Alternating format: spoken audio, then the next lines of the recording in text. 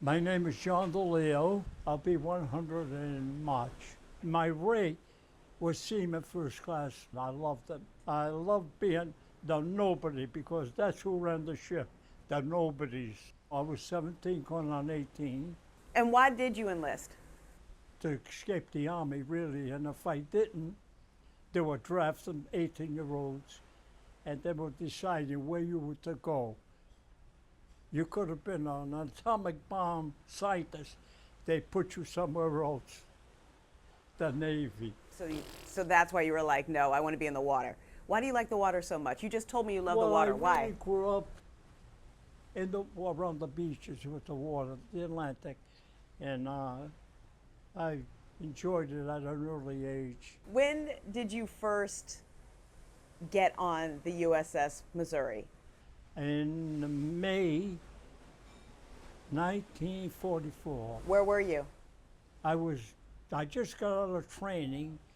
I was in the Navy about 7-8 weeks, and they decided to get rid of me and put me with the MOO. I went to a basic training in Newport, Rhode Island, and then from Newport I went to Brooklyn where the ship was built, and they were still outfitting and working on it. It wasn't completed, and it was there about a month and a half being outfitted, and I had a wonderful time on it. I didn't know where to go, and I have a short story to go with it. Should I tell it? Sure. So I got on deck, the main deck, and with no direction, and to tell me where to go, where I was going to be assigned a berth. I wandered into the superstructure, which was a no-no for enlisted men. It's officers' country, painted beautiful, nice compartments, a real mattress, not a hammock. I said, wow, I'm all set. So I laid down. About 10 minutes later, I went, boy, I should have joined the Navy when I graduated kindergarten. I loved it. An officer came in, a lieutenant. He said, who are you? I told him. He said, okay, pack up and get out.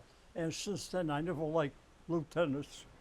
So I ended up where I belong, down below. So when you got out to sea on the USS Missouri, do you remember how you felt Well, after? 18-year-old, we thought we were king of the hill. I think an 18-year-old thinks he's God's gift to women. So it didn't take long for the Navy to mold you the way they wanted. But I got into a very prestigious union, fire control, controlling all the guns on the ship. And I remained in it for 2 years, and my station, where I had to send general quarters, was near a commander. And in 2 years, I never knew what his voice sounded like. The officers didn't care to talk to enlisted men. Oh, they didn't talk to They you. Wow. couldn't fraternize. It was a rule during the war. All officers kept to themselves. Were you nervous at any point? I don't think 18-year-old you can afford to be nervous. You got no brains. So we thought we were all set. We're going to become heroes with salad to wear to impress the women. We were out there until the war ended. So you're on the Mighty Mo. Yeah. I believe you were on the ship when there was a kamikaze attack. Is that Yeah. correct? Do you remember that? Well, evidently a plane got in low under the radar, and there was a photograph made where you can almost see the pilot's goatee. That's how close he was. And he was at eye level, too low. And he hit the ship in the worst spot you could hit it, where all the steel was thick. And half his body and plane come on the ship. And the other half, with a 500-pound bomb, went in the water. So I got to feel that God was wearing a sail, so nobody got hurt.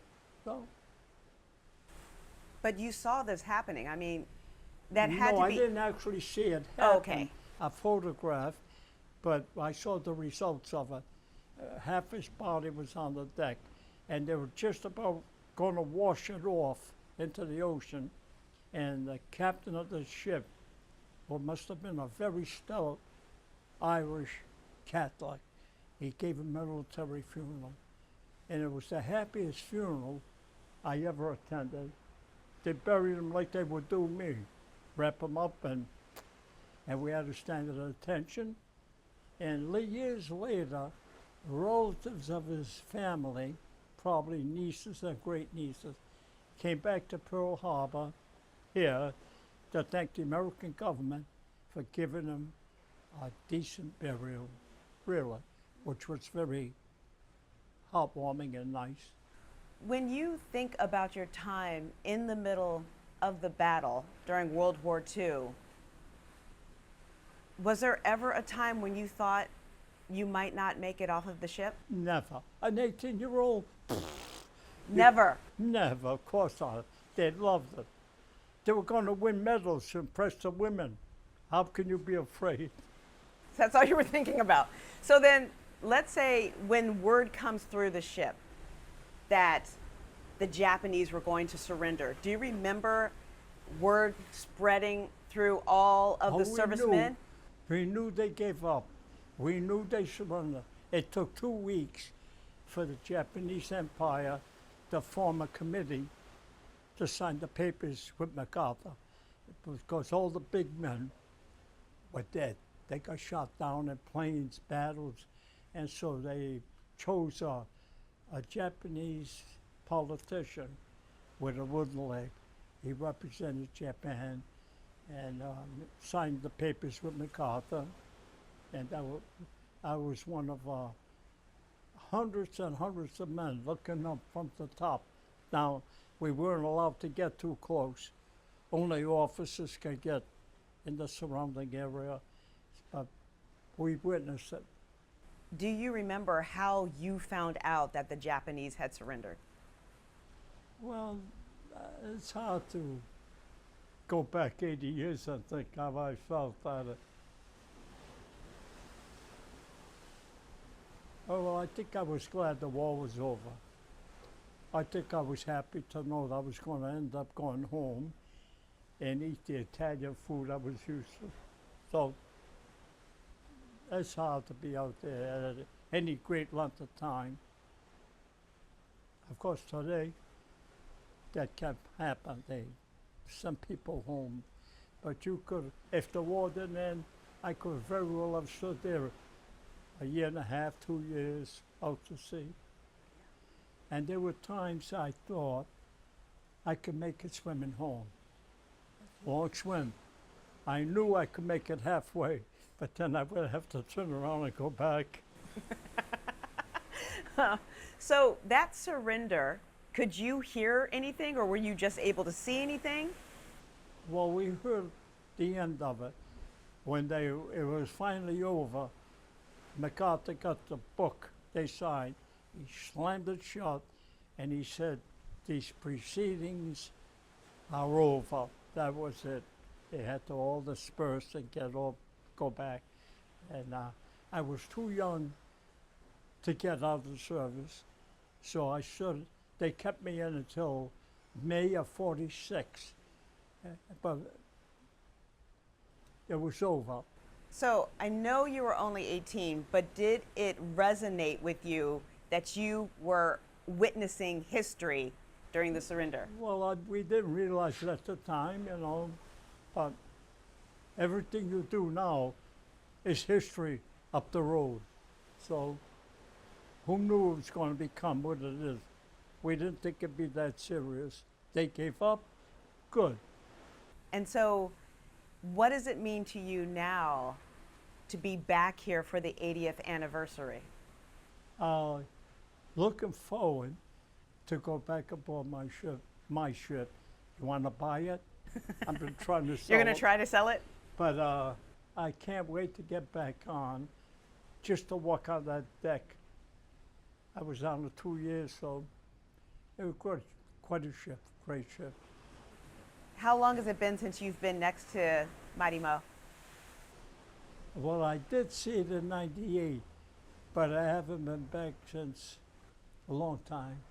So you mentioned young people now. I'm curious, what do you think people who are too young to know what World War II was like, what don't they understand about the war in your mind? I would say really more than anything, geography. How they took the islands, leveled them off for big planes, and kept hopping on them until they reached Okinawa, the last one. And then the big planes would come in because a construction battalion would make runways a mile long for the big guys. And of course they had a duty of leveling it off. That's a lot. I used to watch the carriers launch strikes with fighter planes every day, but they couldn't carry what the bomber carries, a full load. What were your duties like in the middle of the war? What exactly were you doing? My duties were stationed on the computer. Henry Ford used to manufacture them. He stopped making cars in 41, 42, 43, and he was putting out equipment for the Navy warships. So all the information that was an estimate from up above, from direct over radar, would come down to the computer I was on, and I was on a computer with another enlisted man and an officer, and we would dial in all the information, and the computer would resolve a solution so that the sky was full of flak, shows no times when they. So you were inside, I was down below, where I belong. but you could hear things happening up and above and around you? Not really, but you knew something was going on because you couldn't leave your station. You were dogged in real tight. No, there was no moving around. And you could stay there for hours and hours. Jet planes would come in, and when they got within range, turn around and go back out just to keep you at attention where you shouldn't be. And somebody would launch a fighter off a carrier, and they were known as bogeys. And you would hear somebody say, "Get that bogey," and of course, the American pilots were very good. I think that was the Japanese problem. They didn't retrain pilots where we did. And so all the good pilots that came to Pearl Harbor and dropped the bombs were all shot down. They didn't have nobody. But they had the planes. Like I said, I was got to get back home to meatballs and spaghetti. And I hope you still get them. And I had a girl, well, not a girl, well, she probably was my girlfriend. And she was young when I left. And when I got back, pretty good change. And I ended up getting married. To her? Yeah. That's a pretty good story then. And of course, she was the boss. And we raised 5 children 5 children. within 10 years. Wow. Oh, it's just wonderful getting out of the sailor suit. There was a good generation that was patriotic, and I can remember as a very young 7 and 8-year-old, the teacher would march us around the classroom to John Phillips' music. So they were indoctrinated a lot more than today's generation. But I'm optimistic. I think that the young men today could very well do pretty much the same job. I mean, At the same time, if yeah. there's trouble, I think they're more acclimated up here and they could get out there and do it. It's an honor to meet you.